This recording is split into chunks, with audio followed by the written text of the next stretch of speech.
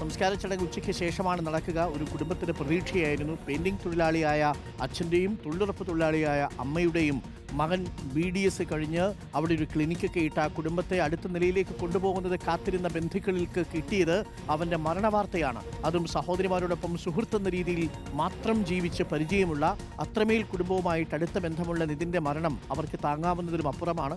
വലിയ ആരോപണമാണ് അവർ ഉന്നയിക്കുന്നത്. അതിൽ തന്നെ ജാതി അധിക്ഷേപത്തിൻ്റെയുണ്ട്, മാനസികമായ പീഡനത്തിൻ്റെതായിട്ടുള്ള കാര്യങ്ങളുണ്ട്. ശബ്ദരേഖയിൽ തന്നെ ചില കാര്യങ്ങൾ തെളിയുകയും ചെയ്യുന്നുണ്ട്. ഗുരുതരമായ ആരോപണമാണോ കുടുംബം ഉയർത്തുന്നത്?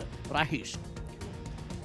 നിതിൻ രാജ് അരുൺകുമാർ, നിതിൻ രാജിൻ്റെ മരണത്തിൽ കുടുംബം ഗുരുതരമായ ആരോപണം അഞ്ചരക്കണ്ടൈ മെഡിക്കൽ കോളേജ് അധികൃതർക്കെതിരെ ഉന്നയിക്കുന്നുണ്ട്. പ്രത്യേകിച്ച് ദന്തൽ വിഭാഗത്തിലെ സ്റ്റാഫ് റൂമിലെ അധ്യാപകരടക്കമുള്ള ആളുകൾക്കെതിരെയാണ് ആരോപണം ഉന്നയിക്കുന്നത്. അവിടുത്തെ ഇന്നലെ തന്നെ സസ്പെൻഡ് ചെയ്ത അനാട്ടമി വിഭാഗം മേധാവിയായ ഡോക്ടർ MK റാമിനെതിരെയാണ് കൂടുതൽ ആരോപണം നിതിൻ്റെ സഹോദരി ഭർത്താവും അച്ഛനുമൊക്കെ ആരോപിക്കുന്നത്.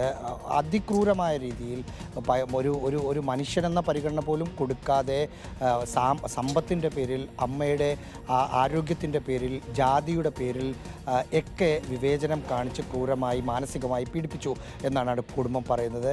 നിതിൻ ആത്മഹത്യ ചെയ്യേണ്ട ഒരു സാഹചര്യവും ഇല്ലായിരുന്നു എന്ന് നിതിൻ്റെ സഹോദരി പറയുന്നു. സഹോദരി എന്ന് പറയുമ്പോൾ ഇൻട്രോ അരുൺ പറഞ്ഞതുപോലെ തന്നെ ഒരു ആങ്ങള-പെങ്ങള ബന്ധത്തിനപ്പുറം നല്ല കൂട്ടുകാരായ ഒരു ബന്ധമായിരുന്നു അവരുണ്ടായിരുന്നത്. എല്ലാ കാര്യങ്ങളും തുറന്നു പറയുന്ന അത്ര സൗഹൃദമായിരുന്നു, ഒരു കൂട്ടുകാരെ പോലെ ആയിരുന്നു. അവർ പറയുന്നതനുസരിച്ച് ഒരു സഹോദരിയുടെ മകളുടെ കുഞ്ഞിൻ്റെ ബർത്ത്ഡേ ആയിരുന്നു, അതുമായി ബന്ധപ്പെട്ട ചടങ്ങുകളുണ്ടായിരുന്നു. ഈ ആത്മഹത്യ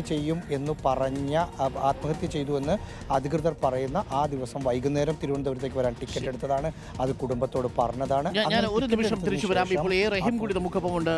ശ്രീ റഹീം, ഗുഡ് മോർണിംഗ് റഹീം. രോഹിത് വെമുലയുടെയൊക്കെ വാർത്ത നമ്മൾ വളരെ വേദനയോട് കൂടിയാണ് റിപ്പോർട്ട് ചെയ്തത്. ഇത് ഈ കുട്ടിയുടെ ശബ്ദരേഖയിൽ പറയുന്നുണ്ട്. ആ കൂട്ടത്തോടെ ആക്രമിക്കുന്നൊരു സ്ഥലമുണ്ടല്ലോ, സ്റ്റാഫ് റൂം, അവിടെ നിതിൻ രാജ് നേരിട്ടത് ഇവരുടെ വാക്കുകളിൽ നിന്ന് മനസ്സിലാക്കുന്നത് ക്രൂരമായ അധിക്ഷേപമാണ് എന്നുള്ളതാണ്. തെരുവിലെ പുഴുത്ത പട്ടി എന്നാണ് വിശേഷണം. സ്റ്റുപ്പിഡ് എന്ന് വിളിക്കുക, മാർക്ക് കുറയ്ക്കുക, അധിക്ഷേപ വാക്കുകൾ ചുരിയുക. ഇത് സ്റ്റാഫിന്റെ ഭാഗത്തു നിന്നാണ് ഉണ്ടായിരിക്കുന്നത്. റഹീം, കർശനമായ നടപടി ആവശ്യപ്പെടുകയാണ്. സമഗ്രമായ അന്വേഷണം നടത്തണം. കുറ്റക്കാർക്കെതിരെ ഏറ്റവും കർശനമായ നടപടി സ്വീകരിക്കണം. ഇരയുടെ കുടുംബത്തിൽ അവർക്കും നീതി ലഭിക്കണം. മാത്രവുമല്ല, ഇത്തരം സംഭവങ്ങൾ ഇനി നമ്മുടെ കേരളത്തിൽ ആവർത്തിക്കപ്പെടാതിരിക്കാനുള്ള ശക്തമായ ഒരു സന്ദേശമായിരിക്കണം ഇതിൽ എടുക്കുന്ന നടപടി എന്നാണ് എനിക്കതിൽ അഭിപ്രായപ്പെടാനുള്ളത്. ഉടമലക്കിലെ വീട്ടിലേക്ക് ഞാൻ ഒരു കുടുംബാംഗങ്ങളെ നേരിട്ട് കാണുന്നതിന് വേണ്ടി പോയിക്കൊണ്ടിരിക്കുകയാണ്.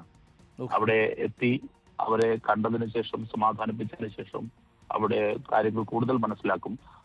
കൂടുതൽ ഈ കാര്യത്തിൽ CPIM വളരെ സജീവമായി ഇക്കാര്യത്തിൽ ഉണ്ടാകും. നീതി ലഭ്യമാകുന്നത് വരെയുള്ള നിയമ പോരാട്ടങ്ങളിൽ CPIM ഉണ്ടാകുമെന്ന് ഉറപ്പു പറയുക. Thank you Rahim.